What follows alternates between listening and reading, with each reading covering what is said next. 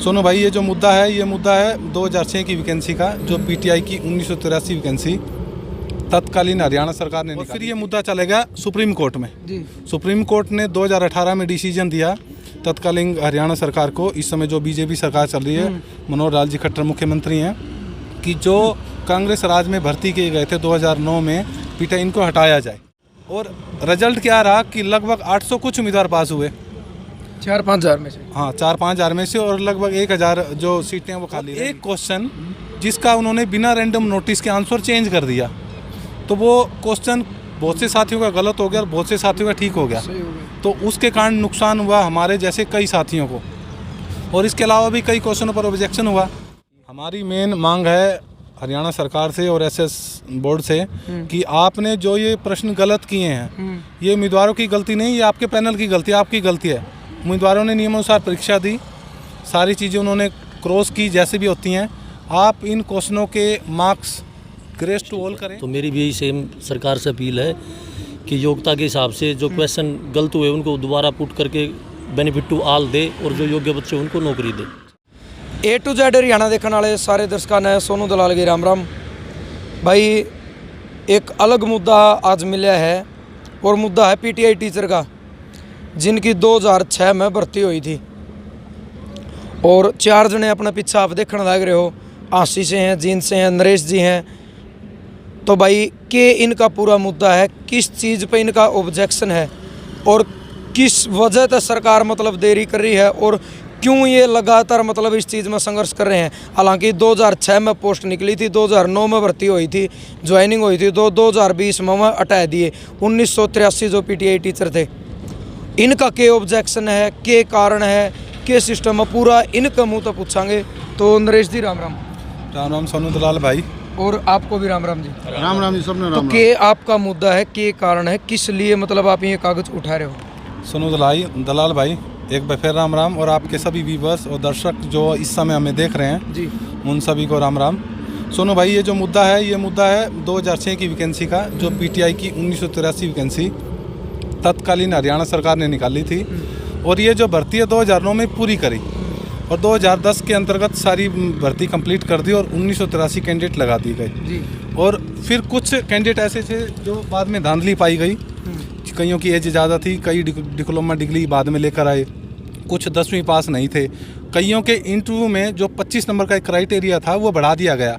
वो एक राजनीति के कारण हुआ, या ये कहें कि एक शरण दी गई उनको, जिससे वो टीचर भर्ती किए गए, और ये मुद्दा चला गया फिर पहले हाई कोर्ट की सिंगल बेंच में। इसको ऊपर ऑब्जेक्शन किसने उठाया कि उस धांधली है? हमारे कुछ जो पुराने कैंडिडेट हैं, हमारे साथी हैं, उन्होंने आरटीआई लगाई, जानकारी जुटाई, उन्होंने देखा कि मेरे गांव का एक साथी है, इसने डिप्लोमा मेरे से बाद में किया, ये लग कैसे गया, इसके नंबर मेरे से कम है, ये लग कैसे गया, इस बंदे ने कुछ नहीं आंदा, सारा दिन ये डांगर चलाया जाए है, और ये एक टीचर बन कैसे गया। क्योंकि जब कोई व्यक्ति जो उस सतर का नहीं है आपको आके अचानक कहता भाई मैं लग गया, और आप उस योग्य व्यक्ति, आप योग्य, और आपको ऐसा लगे कि भाई मेरे साथ तो ये मनमानी हो गई, भाई मैं नहीं लग पाया, तो जाहिर सी बात है आपके मन में कई प्रश्न उठेंगे जी। और उन प्रश्नों को शांत करने के लिए या तो आप किसी सीनियर से राय लोगे, या बोर्ड का दरवाज़ा खटखटाओगे, या कानून का सहारा लोगे।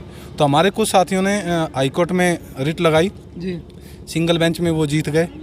फिर जो पीटीआई लगे हुए थे उन्होंने उनके अगेंस्ट डबल में गए, डबल में फिर ये मुद्दा जीत गए जो साथी हमारे रह गए थे, और फिर ये मुद्दा चलेगा सुप्रीम कोर्ट में जी। सुप्रीम कोर्ट ने 2018 में डिसीजन दिया तत्कालीन हरियाणा सरकार को, इस समय जो बीजेपी सरकार चल रही है, मनोहर लाल जी खट्टर मुख्यमंत्री हैं, कि जो कांग्रेस राज में भर्ती किए गए थे 2009 में पीटीआई, इनको हटाया जाए। तो सुप्रीम कोर्ट ने गाइडलाइन दी कि 5 महीने के अंदर हरियाणा सरकार 1983 पीटीआई को हटा के नई रिक्रूटमेंट करे, और इसमें वही कैंडिडेट एलिजिबल रहेंगे जो 2006 में फॉर्म जिन्होंने भरा था, या उस समय जो इस भर्ती में शामिल हुए थे जी। इस भर्ती में शामिल कुछ उम्मीदवारों की तो डेथ हो गई, और जो लगे थे उनकी डेथ हो गई। यानी 10 साल का जो सत्र है, इस सत्र के दौरान, हाँ, 10 साल के दौरान काफ़ी उतार चढ़ाव आए, केस भी चलते रहे, कुछ साथी हमारे प्राइवेट नौकरियाँ करते रहे, मैं भी प्राइवेट नौकरी करता हूँ, ये हमारे साथी हैं सब, ये भी प्राइवेट नौकरी करते हैं। तो संघर्ष तो देखो पूरी उम्र चलता है, और फिजिकल के क्षेत्र में हमेशा चलता रहा, हम जब से आए हम देख रहे हैं। तो ये सारे के सारे उम्मीदवारों को जब कोर्ट का ऑर्डर आ गया सरकार को कि आपने रिक्रूटमेंट दोबारा करनी है, तो सरकार ने सारे जो तामील में लाते हुए हुक्म को 23 अगस्त 2020 पेपर की तारीख मुकर्रर करी, जो उम्मीदवार उस समय थे उनकी एक लिस्ट जारी करी।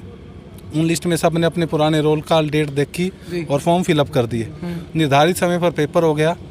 पेपर में लगभग 4 से 5 हज़ार उम्मीदवार बैठे और उसमें एक क्राइटेरिया दिया गया जो कि माननीय सुप्रीम कोर्ट ने दिया कि जनरल कैटेगरी का उम्मीदवार है वो 50% नंबर लेगा तो वो पास माना जाएगा, और जो SC BC या विडो केस हैं उस केस में 45% का एक एरिया निर्धारित कर दिया। 5% की छूट। हाँ, 5% की छूट जैसा होता है। और एक्स सर्विसमैन थे जो हमारे साथी फौजी साथी थे, उनके लिए 40% का एरिया निर्धारित कर दिया। इस पूरे जो एग्ज़ाम का जो सत्र वो काफ़ी टफ था। एक CPA लेवल का एग्ज़ाम नहीं था, ये एक मास्टर लेवल का एग्ज़ाम था जिसमें मैं PhD कैंडिडेट बैठा और मैं भी उसको क्वालिफाई नहीं कर पाया। तो मैं मानता हूँ कि पेपर का स्तर इतना आसान नहीं था जितना होना चाहिए था। और रिजल्ट क्या रहा कि लगभग 800 कुछ उम्मीदवार पास हुए, 4-5 हज़ार में से। हाँ, 4-5 हज़ार में से, और लगभग 1000 जो सीटें वो खाली रहेगी। सरकार ने क्या किया, पहले आंसर की जारी की, फिर दूसरी की। तो सरकार ने क्या की, 4 क्वेश्चनों को गलत माना खुद बोर्ड ने, यानी गलत थे। हाँ, 4 क्वेश्चनों को गलत माना और 4 क्वेश्चनों के उन्होंने जिन क्वेश्चन के पहले से उत्तर ठीक थे उम्मीदवारों के उनको नंबर नहीं दिए, जिनके गलत थे उनको नंबर दे दिए। और एक क्वेश्चन जिसका उन्होंने बिना रैंडम नोटिस के आंसर चेंज कर दिया, तो वो क्वेश्चन बहुत से साथियों का गलत हो गया और बहुत से साथियों का ठीक हो गया। तो उसके कारण नुकसान हुआ हमारे जैसे कई साथियों को, और इसके अलावा भी कई क्वेश्चनों पर ऑब्जेक्शन हुआ। तो रिजल्ट आने के 3 दिन के बाद ही साथियों ने सुप्रीम कोर्ट में, हाई कोर्ट में, माननीय चंडीगढ़ में जाकर केस फाइल कर दिया। और लगभग इस समय 12 वकीलों का पैनल है जिसके अंतर्गत 300 से 400 उम्मीदवारों ने कोर्ट केस कर रखा है, जिसमें मैं भी शामिल हूँ। और हमने एक रिट सुप्रीम कोर्ट में भी लगाई है कि हमारा ये मसला सुलझा जाए, उसके बाद इसको पूरा किया जाए। इसको लेकर हम चेयरमैन साहब से मिल चुके हैं, जो कि चेयरमैन अभी हमारे नए मनोनीत हुए हैं, भोपाल सिंह जी। बड़े सज्जन व्यक्ति हैं और बड़े सुलझे हुए हैं, 8 सब्जेक्ट में MM हैं। तो मैं उन्हें डॉक्टर की बात ही दूंगा, उनका जो स्वभाव है या डीलिंग है काफ़ी अच्छी है। अभी पिछले दिनों हम उनसे मिले तो उनका एक आश्वासन सकारात्मक था, मगर हम चाहते हैं कि सरकार हमारा ये काम जल्दी करे। हमारी जो तारीख लगी हुई है वो 6 सितंबर लगी हुई है और हम चाहते हैं कि सरकार इस पर सकारात्मक रुख रखे और PTI साथियों को लगाए, क्योंकि PTI साथियों की उम्र निकल गई है। कोई 45 का है, कोई 50 का, कोई 52 का है। मेरी उम्र 37 ईयर है। मैंने जब फॉर्म भरा मैं 22 साल 3 महीने का था। आज मैं 33 साल क्रॉस कर चुका हूँ, लगभग 38 में प्रवेश है और प्राइवेट नौकरी कर करके थक चुका हूँ। और ये मेरे साथी जो देख रहे हैं उम्र पक चुकी है, शायद साहब बताने की आवश्यकता नहीं है, बालक बयान जो के हो रहे हैं। और देहात में क्या करना है कि जब 5 साल और नहीं लाऊंगे तो खुंडा बिठाना पड़ सका है। तो वह सरकार से मेरा अनुरोध है कि हमें लगाया जाए। जो बोर्ड ने गलती की, पैनल ने क्वेश्चन बनाए, हमें लगाया जाए। मतलब कहने का मतलब ये, लगाने का मतलब ये है कि जो इसमें त्रुटि है वो ठीक करी जाए, उसमें पता लगेगा अब लगन के त्रुटि को ठीक करो। क्योंकि हमारे जो नंबर हैं, मेरे 98 नंबर हैं। 100 नंबर वाला क्राइटेरिया में पास होता है, यानी एक क्वेश्चन 2 नंबर का है तो एक ही चाहिए। एक क्वेश्चन ही चाहिए। गलत कितने लग रहे हैं अब आपको? 4 का तो मान लिया आप कह रहे हो कि HSSC ने, तो अब कितने पे ऑब्जेक्शन, कितने क्वेश्चन जो हमारे पास रैंडम प्रूफ है। बिल्कुल, मैं हाथ में ये पेपर ले रखा हूं, दिखा दो, आज पेपर दिखा दो। जो पहला क्वेश्चन था इस पे बोनट पर रख लो, यहाँ रख लो।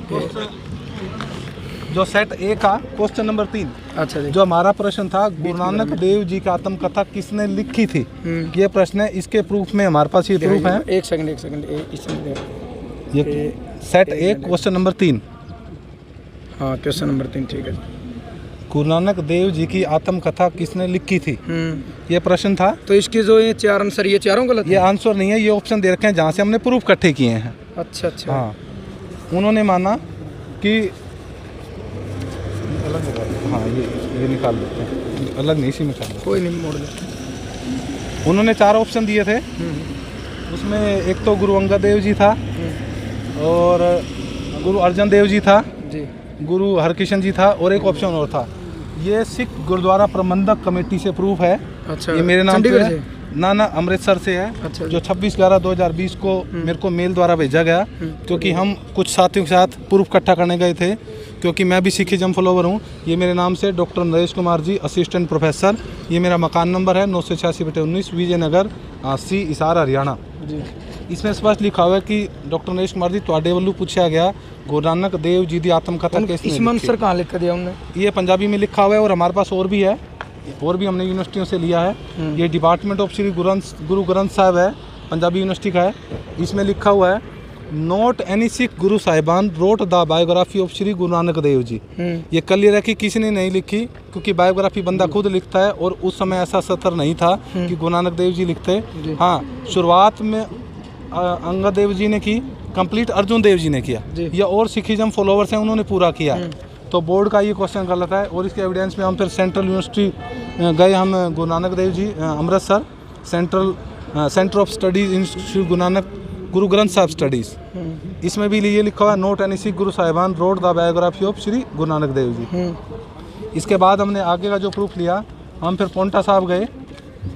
पोंटा साहब गुरुद्वारे वालों ने भी हमें ये मेंशन करके दिया है same, note any Sikh Guru Sahiban wrote the biography of Shri Guru Nanak Dev ji. और 2 major source about the biography of Shri Guru Nanak Dev ji are जन्म साखी and Varan Sakhi Gurdas by written by the Shri written by Sikh thinkers. Thank you. Particular किसी का नाम नहीं दिया, ये क्वेश्चन अप्रूव आ गया। इसके अलावा भी हमारे पास 2-3 क्वेश्चन और हैं। इसके अलावा एक खेलो इंडिया का था, एडिशन का पूछा गया था। खेलो इंडिया महिला हॉकी लीग अंडर 21 का फर्स्ट एडिशन कहाँ हुआ।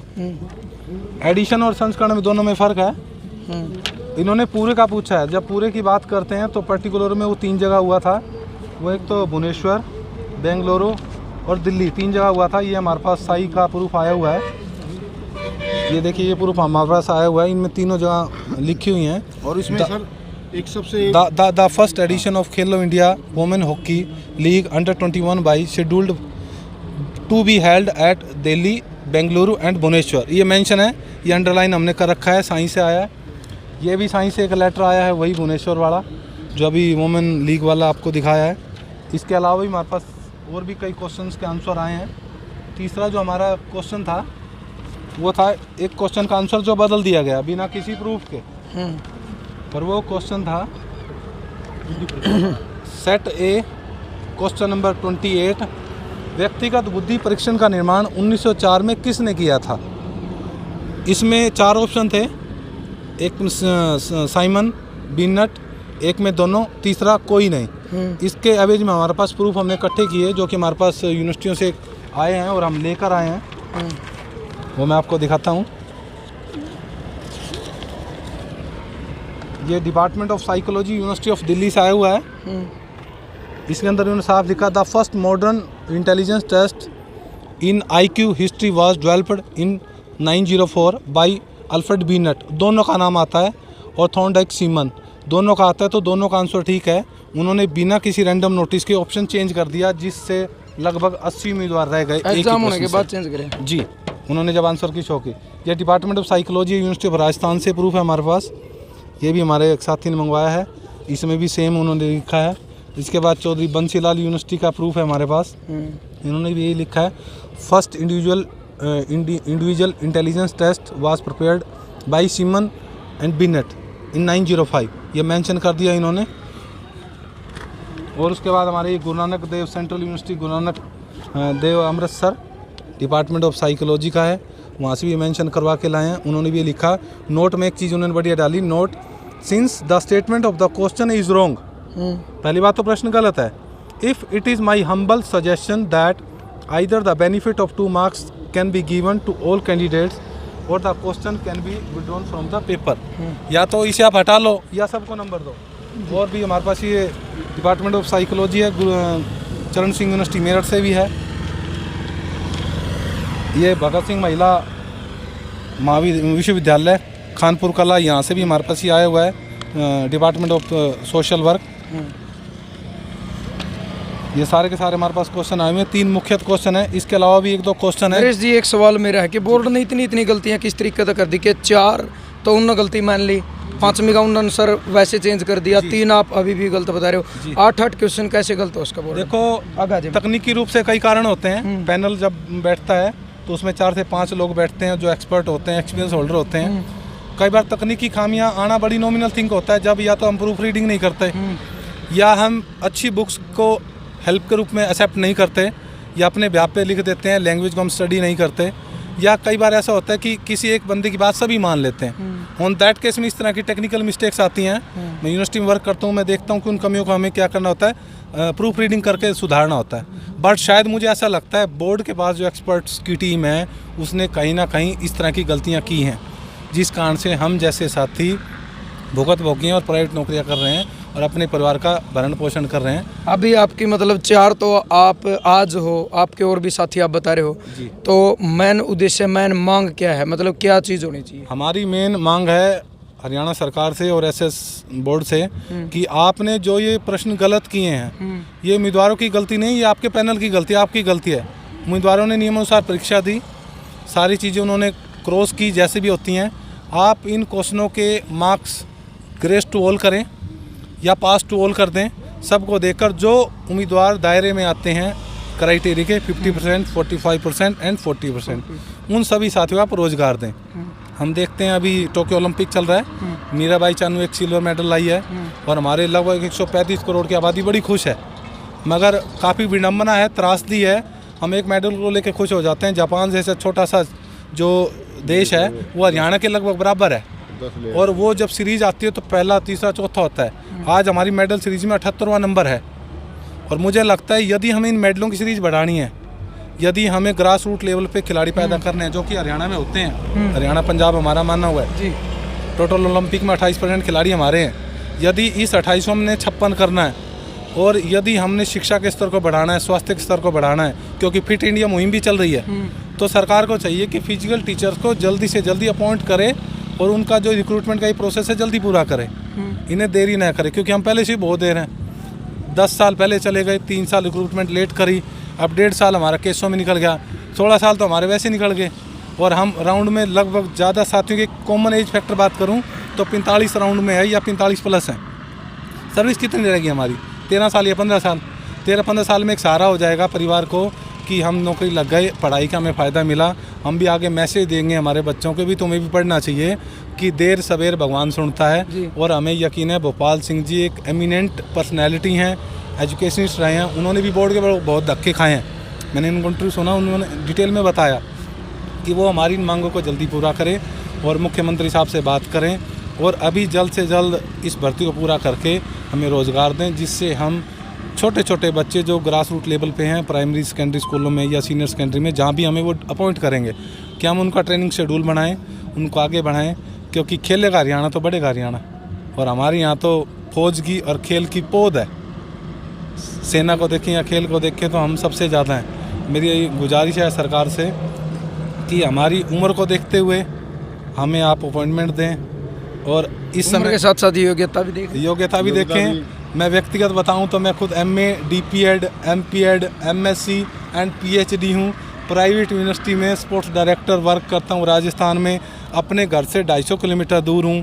हमारा भी मन होता है कभी कभी अपने बच्चों के पास आएँ, बच्चों के साथ रहें, अपने गांव देहात में अपना भाईचारे को रखें। तो वो सामाजिक ताना बाना ना टूट गया। मेरे साथी भी यही भोग रहे हैं, सेम यही भोग रहे हैं। घर से बहुत दूर नौकरी कर रहे हैं, या इन्हें जो मेहनताना मिलना चाहिए था वो नहीं मिल रहा। किसी प्राइवेट स्कूलों में तनख्वाह कितनी है PTI की, या एक PET बोला जाता है CBSE में, फिजिकल एजुकेशन टीचर, 15,000 20,000। कोई अगर 25 देता है तो ये समझ लो 24 घंटे ड्यूटी लेता है। फिजिकल टीचर ना होकर एक गार्ड के रूप में नौकरी दे रहा है।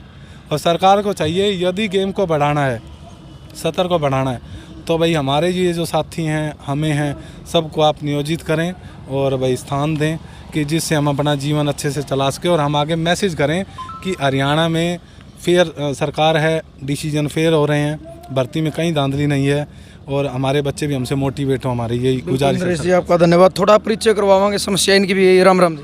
राम राम। आप अपना परिचय दे दो थोड़ा। दिलबाग सिंह फ्रॉम जींद।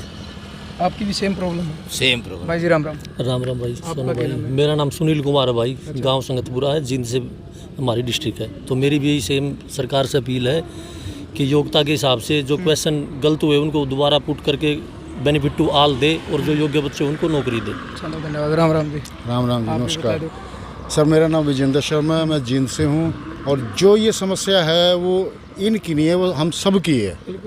और एक विशेष तौर पे जो खेलो इंडिया वाला एक क्वेश्चन है, वर्तमान समय में हमारे शिक्षा ये अपना खेल मंत्री जो संदीप सिंह जी हैं, ये वाकई उनके द्वारा कहा गया कि जब हम उनसे मिले थे कि पहला संस्करण जब हुआ था तो उसका उद्घाटन जो उन्होंने ही किया था, संदीप सिंह जी ने। तो अब वो दिल्ली में ना होके मतलब ये 3-4 जगह जो वो हुआ था, और अब हरियाणा में भी तो होगा, मेन पंचकुला हो सकता है, लेकिन क्या ना वो 3-4 जगह और भी तो हैं, क्योंकि खेल का ग्राउंड बहुत बड़ा होता है। तो उसमें 3-4 जगह और लगा के तब वो उस खेल को पूरा करेंगे। तो हम कैसे कह सकते हैं जब ये आज जब वो हो जाएगा खेल और कल वो क्वेश्चन बनेगा कि हरियाणा में कहाँ हुआ, तो वो पंचकुला नहीं आएगा, वो सारी जगह इन्वॉल्व आएगी। तो ये क्वेश्चन जो है वो बिल्कुल गलत है। और उसके आरटीआई जो हमने लगाई हुई हैं, तो मेरा सरकार से, हम कोई सरकार से विरोध नहीं कर रहे, हम अपनी बात को आप लोगों के माध्यम से उन तक पहुंचाने की कोशिश कर रहे हैं, हमारी एज फैक्टर को देख के। और अपील है कि इसको पूरा किया जाए। धन्यवाद। चलो, तो भाई जो समस्या थी वो आपने सुन ली, विद प्रूफ इन्हें दे दी है। मेन बात ये है, जो जनता जनार्दन है, जो पब्लिक है, और भाई एक आगरा पब्लिक से बड़ी कोर्ट नहीं है, और पब्लिक से बड़ा कोई जज नहीं, पब्लिक से बड़ा कोई वकील नहीं, और पब्लिक से बड़ा कोई गवाह नहीं। यानी जनता भला ये सब जानती है, पूरी जनता को पता इसमें सच्चाई के है। तो अगर आपने भी लगा इनकी समस्या जेन्युइन है, ये अपने हक के लिए लड़ रहे हैं, और भाई इनकी जो पढ़ाई है वो व्यर्थ ना जावे, तो आपने इस आवाज़ को बुलंद करना है, वीडियो को ज़्यादा से ज़्यादा शेयर करना है, ताकि जो चेयरमैन है, बोर्ड हैं, उसमें भी आवाज़ जावे, मुख्यमंत्री तक आवाज़ जावे। और भाई जनता जनार्दन चाहो तो प्रधानमंत्री तक भी इस चीज़ ने पूछा है, इसका ज़्यादा से ज़्यादा शेयर करके, ज़्यादा से ज़्यादा वायरल करके इस चीज़ को। और आपकी जो सोच, आपके विचार इन बातों के प्रति, वो भी आपने एक सभ्य कमेंट के जरिए अपनी प्रतिक्रिया जो है ज़रूर देनी है। अच्छों ने अच्छा जाना, बुरों ने बुरा जाना, जिसकी जैसी सोच थी उसने मुझे वैसा पहचाना। जय जवान, जय किसान।